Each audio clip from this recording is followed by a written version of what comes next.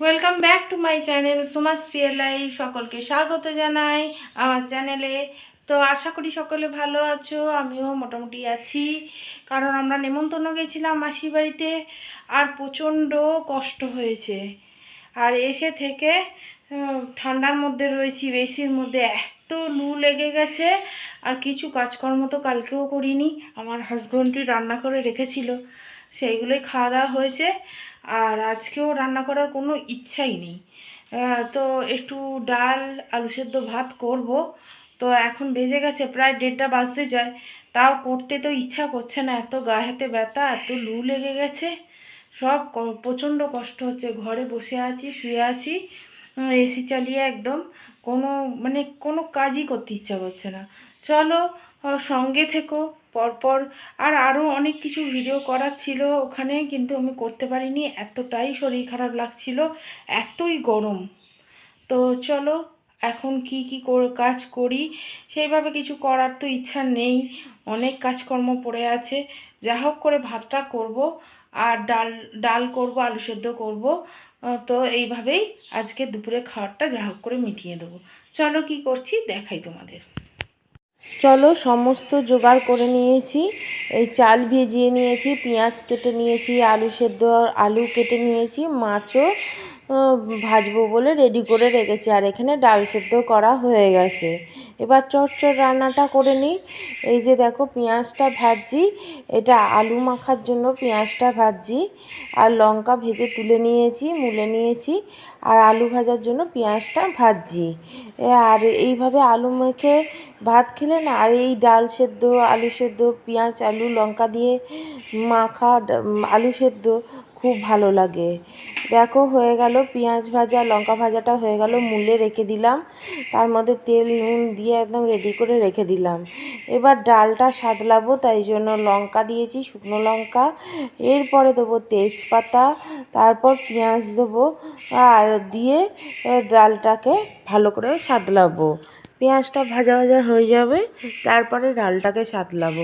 জানো তো আমাদের ডাল খুব কম হয়, আর যার জন্য না আজকে ডাল আলু সেদ্ধ হয়েছে, কিন্তু খুব ভালো লেগেছে খেতে। আর আমার হাজব্যান্ড একদমই পছন্দ করে না ডাল ফাল খেতে, ডাল আলু সেদ্ধ এইসব খেতে পছন্দ করে না। কিন্তু আজকে এতই শরীরটা খারাপ ছিল, কিছু করার নেই, তাই জন্য হাজব্যান্ডের জন্য মাছও ভেজে দিয়েছিলাম। আর আমার খুব পছন্দ হয়, আমার ছেলেও খুব ভালো খায় ডাল আলু সেদ্ধ। আমরা আমরা খুব ভালো খাই মা ছেলে। আর ওর বাবার একটু খাওয়া অসুবিধা হয়ে যায় জানি, কিন্তু কিছু করার নেই। চলো আরেকটি বার স্বাগত জানালাম আমার চ্যানেলে। চলো দেখো, আমি এখন 2 দিন ছিলাম না, কি অবস্থা ঘরদোরে, সমস্ত কিছু পরিষ্কার করতে হবে। আর দুপুরের পরে ওই যা হোক করে ডাল আলু সেদ্ধ করার পর আর কোনো ভিডিওই দিতে পারিনি। শরীর এত খারাপ হয়ে গেছে, প্রচণ্ড গরমে লু লেগে গেছে। চলো করতে তো ইচ্ছা করছে না, তবুও সমস্ত কাজ মোটামুটি একটু একটু করে রাখি, কারণ সকালবেলা না অনেক চাপ পড়ে যাবে। আর কি অবস্থা হয়ে আছে জানো ঘরদোর, তারাও তোমাদের দেখিয়ে দিচ্ছি যে কি অবস্থা হয়ে আছে। চলো দেখাই তোমাদের কি অবস্থা হয়ে আছে। চলো সন্ধেবেলা চলে এলাম, দেখো ঘরের কি অবস্থা হয়ে আছে। চারদিকটা 2 দিন ছিলাম না, আর ঘর দোরের অবস্থা দেখলে মাথা খারাপ হয়ে যাবে। চলো এগুলো ভাবলাম সন্ধেবেলা বসে থেকে লাভ নেই, আর দিনের বেলা প্রচণ্ড গরমে না বেশি কাজ করতে পারছি না, তাই জন্য ভাবলাম সন্ধেবেলায় ঠান্ডায় ঠান্ডায় সমস্ত কিছু ভালো করে গুছিয়ে নিই, তাহলে সকালে চাপটা অনেক কম হবে। এই ভেবে এই সন্ধেবেলা তাড়াহুড়ো করে সমস্ত কাজগুলো করে নিলাম। আবার রাত্রিরে রুটি করতেও হবে, সব কিছু গুছিয়ে গেছে পরিষ্কার করে তারপরে রুটি করতে যাব, যেহেতু রাত্রিরের খাওয়া গরম গরম রুটিটা হবে আর সঙ্গে সঙ্গে খেতে দেবো।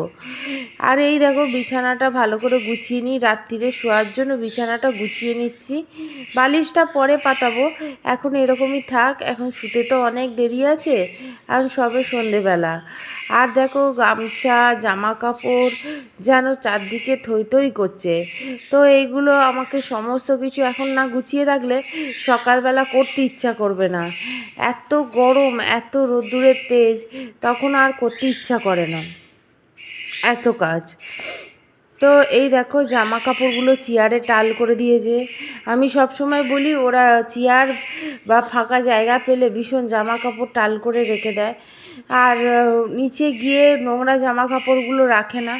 এই নিচে যেগুলো ফেলছি সবই নোংরা জামা কাপড় কাচতে হবে, আর যেগুলো পেছন দিকে গুছিয়ে রাখছি ওগুলো মোটামুটি এখন তুলে রাখবো, এখন কাচার নয়। তো এইগুলো সমস্ত কিছু নিচে নিয়ে গিয়ে ড্রামে গুছিয়ে রাখবো, আর যখন পারবো সব কাচবো।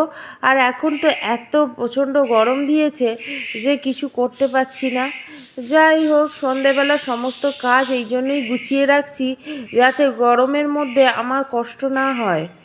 আর সন্ধেবেলা করে রাখলে দিনের বেলা কাজটা অনেক কম হয়। আর এইগুলো যে গোছাচ্ছি না, এগুলো সমস্তই কাচতে হবে, সমস্তই নিচে নিয়ে যাব, ড্রামের মধ্যে রাখবো। আর এই যে কাঁচা জামা প্যান্টগুলো কেউ নিচে গিয়ে রাখে না, সমস্ত কিছু বার করে আমাকে নিচে নিয়ে গিয়ে রাখতে হয়, খুব সমস্যা হয়। এই দেখো আমার পরিশ্রম হয়ে যায়, ওদেরকে বলি যে নিচে ড্রামের মধ্যে সমস্ত জামা কাপড় রাখো, সেটা করবে না। এই দেখো নিচে যেগুলো করেছি সমস্ত কিছু গুছিয়ে নিচ্ছি আমি।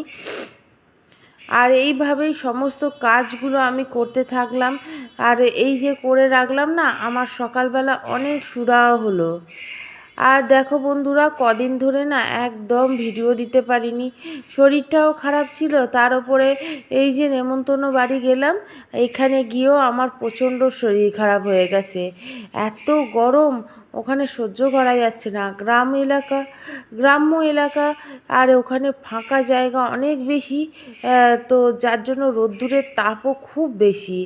দেখো সমস্ত কিছু ওখানে গুছিয়ে নিয়ে, আর ওই জামা কাপড়গুলো আমি নিচে নিয়ে যাব, কিন্তু সোফাতেও কিছু কাঁচা জামা কাপড় রয়েছে যেগুলো ওরা জমিয়ে রেখেছে, সেগুলো আমি সমস্ত কিছু করব, গোছাবো। আর এইখানে যে গামছাগুলো পরপর গুছিয়ে রাখলাম, অসুবিধা হবে না, বেশ গোছানো থাকলে না দেখতেও ভালো লাগে। আর দেখো প্রচণ্ড গরম, সন্ধেবেলাও খুব গরম লাগছে। এই নাইটিটা শুকনো নয়, ভিজে, ওটা সিঁড়ির কাছে দড়ি আছে, মেলে দেবো। ভেবেছিলাম মেঘলা হয়েছে, বৃষ্টি হবে, যার জন্য আধ ভেজাগুলো তুলে দিয়েছিলাম, কিন্তু বৃষ্টি তো হলোই না, সেই যেইকে কষ্ট সেই রয়ে গেল। আর যা হোক, এই দেখো সমস্ত কিছু নিয়ে আমি নিচে চলে এলাম। জামা কাপড়গুলো ড্রামের মধ্যে ভালো করে গুছিয়ে রাখবো, ও ওলট পালট থাকলে হবে না, এমনি নিচের ঘরও ওলট পালট হয়ে আছে, কিন্তু একবারে তো সব কিছু করতে পারবো না, আস্তে আস্তে সব কিছু গোছাতে হবে, কারণ প্রচণ্ড গরম, যার জন্য আস্তে আস্তে কাজ করতে হবে। এই যে জামা কাপড়গুলো ওপর ঘর থেকে সমস্ত কিছু তুলে নিয়ে এলাম, আর এইগুলো সব কিছুই কাচতে হবে। আমি মনে হয় যে আমাদেরই এত জামা কাপড় কাচতে হয়, আমি কোনো বাড়িতে এত জামা কাপড় নোংরা হতে দেখিনি যে আমাদের বাড়িতে যেরকম নোংরা হয়। আর যা হোক, দেখো এত জামা কাপড় ড্রাম ভর্তি হয়ে ড্রামের মাথায় এতগুলো রইলো। এবার আবার ওপরে চলে এলাম, এবার শোকেসটা দেখো কেমন হয়ে আছে, মানে সমস্ত কিছু ওলট পালট হয়ে আছে। তো এবার এগুলোকে ভালো করে আমি কাপড় দিয়ে মুছে স্প্রে দিয়ে মুছে এবার ওগুলোকে ভালো করে গুছিয়ে নেব।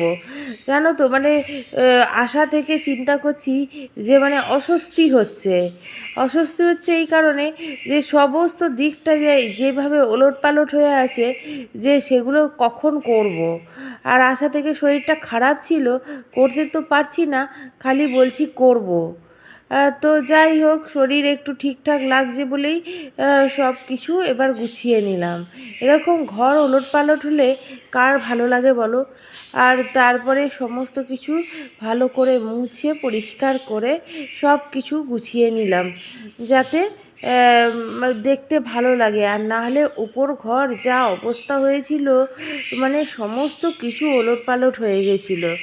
যাই হোক, এই যে গুছিয়ে নিলাম, আর কি এর সমস্ত কাজ মোটামুটি গোছানো হয়ে গেল। এরপরে যাব রুটি করতে। রুটিটাও করতে হবে, সবাই খাবে। আর যেগুলো নোংরাগুলো বেরিয়েছিল সেগুলো এটা দিয়েই আমি একটু টেনে নিলাম, কারণ ঝাঁটাটা সেই নিচে আছে আর যেতে পারলাম না। আর এগুলো টেনে আর নোংরাগুলো আমি বালতির মধ্যে ফেলে দিলাম।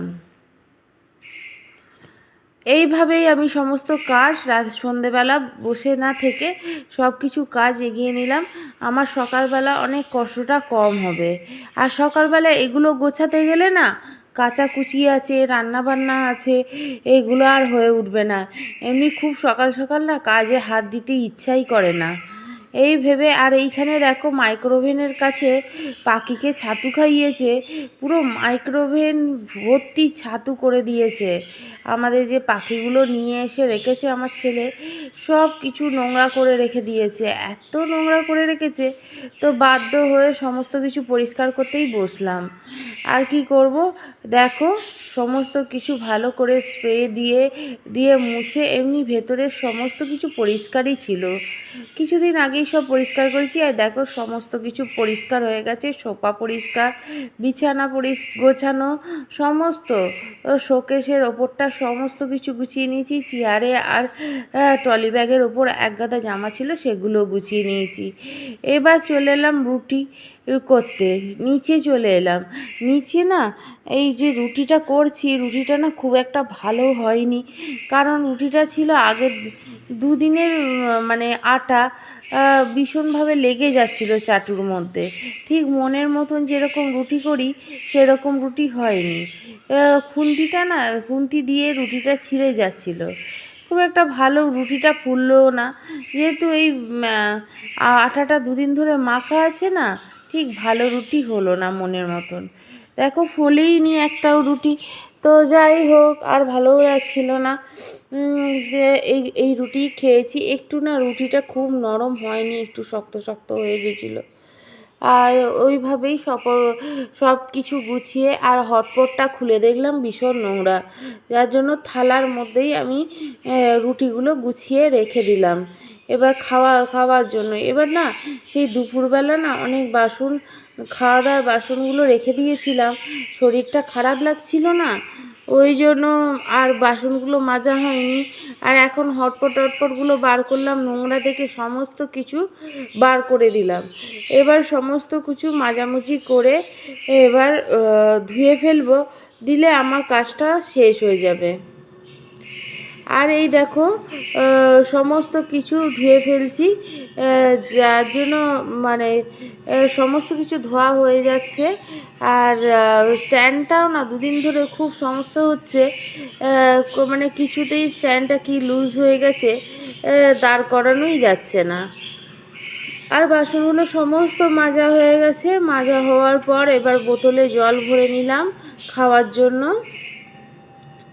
কারণ নিচ থেকে জলটা ভরে ওপরে নিয়ে যেতে হয়, যার জন্য আমি বোতলে জল ভরে নিয়ে যাচ্ছি।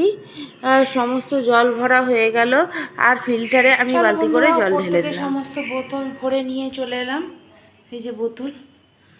আর চলো রাখি বোতলগুলো, দাঁড়াও। চলো বন্ধুরা, এই যে জলের বোতলগুলো সমস্ত ভরে নিয়ে ওপরে চলে এলাম রাত্রির খাওয়ার আয়োজন করে।